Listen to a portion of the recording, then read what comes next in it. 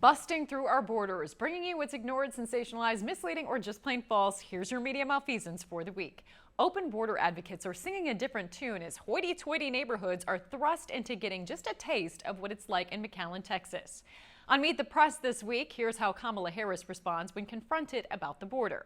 We're going to have 2 million people cross this border for the first time ever. You're confident this border is secure?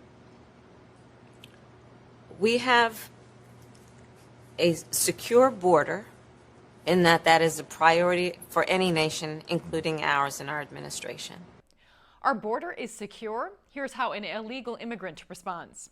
And Vice President Harris said that the border is closed.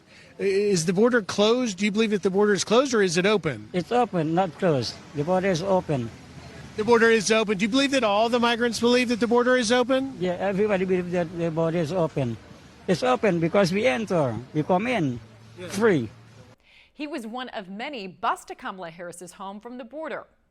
La Presidenta Harris dice que frontera cerrado.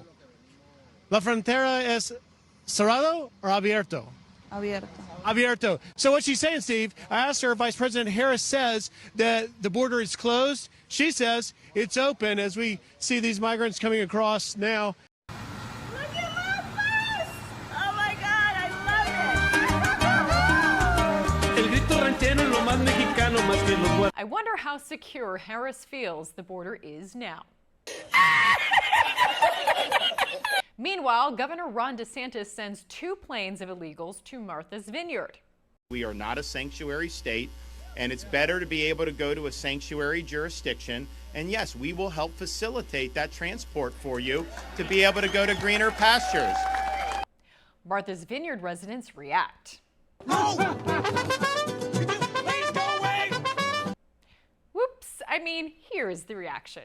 At some point in time, they have to move from here to somewhere else, right? We don't have the services to take care of 50 immigrants, and we certainly don't have housing. We're in a housing crisis as we are on this island.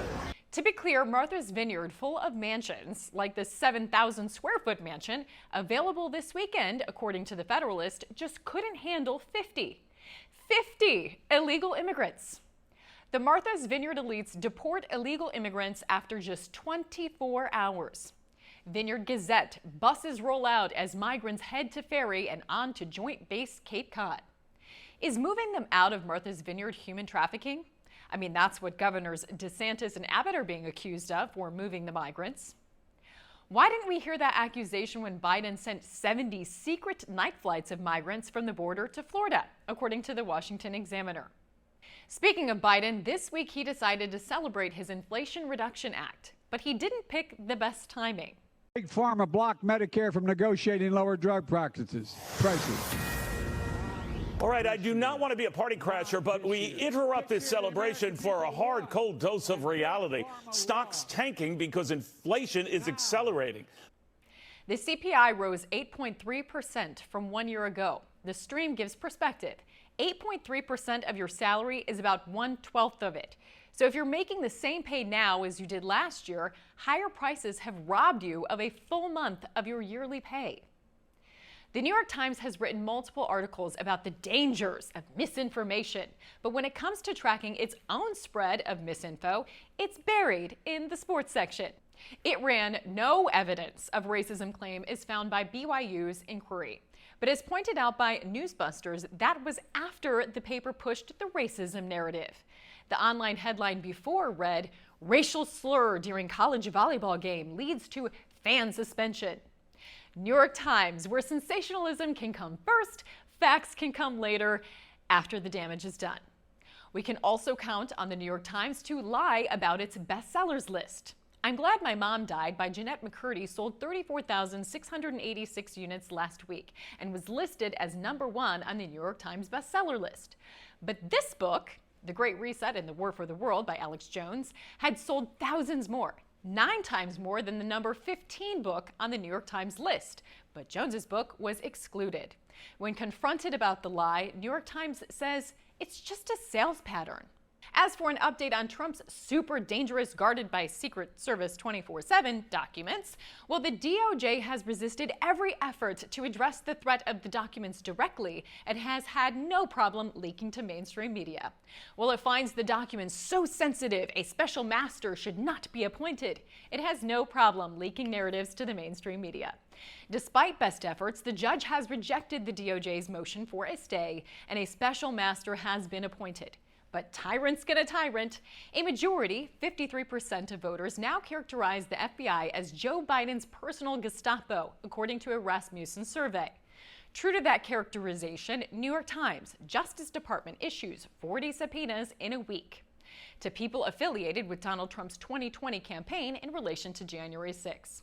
I'm sure it's just another silly coincidence they waited a year and a half to issue these just in time for midterms. Such a serious matter that the FBI had to accost a pillow salesman at a drive-thru for his cell phone. The head FBI guy goes, Mike, why are you saying it's corrupt? I said, no, not you guys. You're just doing your job. I get it, but you're being weaponized by an evil person, Jenna Griswold, the Secretary of State of Colorado. You're getting weaponized by our own government against citizens. But Mike Lindell is not going down without a fight. Well, not that kind of fight. We are suing, as you're hearing it here first, everybody, we're suing the United States government and the FBI. Meanwhile, Blaze Media, FBI's investigation into hundreds of attacks by pro-abortion terror group yields 0 arrests so far. All this coming fresh off the 21st anniversary of 9/11. We were always told never forget. Not only is our society forgetting 9/11, but the magnitude of that day is being polluted. Here's Dean Obadallah, a regular CNN and MSNBC contributor, trying to make a comparison between 9/11 and January 6, saying the latter was even more dangerous. Nearly 3,000 died that day and thousands more were injured. Is there any justification to compare that to the less than a handful of those who died on January 6? As journalist Glenn Greenwald says, 4 people died on 1/6, all Trump supporters. The lesson of 9/11 is, or should have been, that allowing politicians to deceitfully exaggerate domestic threats or exploit the propagandist term terrorism to justify civil liberties assaults is dangerous in the extreme. Clearly, many have forgotten this lesson. And we've long since forgot about Building 7, the list of other oddities to never forget far too long to cover here. Besides, we're not allowed to ask questions about these things. But it's not enough censorship. The truth is still getting out. So now they're coming for the podcast. Brookings Institution released what it calls a tool to monitor political broadcasts on increasingly popular podcasts. Why? To combat misinformation, according to Issues and Insights. I'm sure it's just a coincidence that according to Brookings Institution's own chart, conservative podcasts dominate the space. Now, what interest would they have in controlling that content? Not being controlled yet. I'm Christy Lee, and that's your media malfeasance for the week.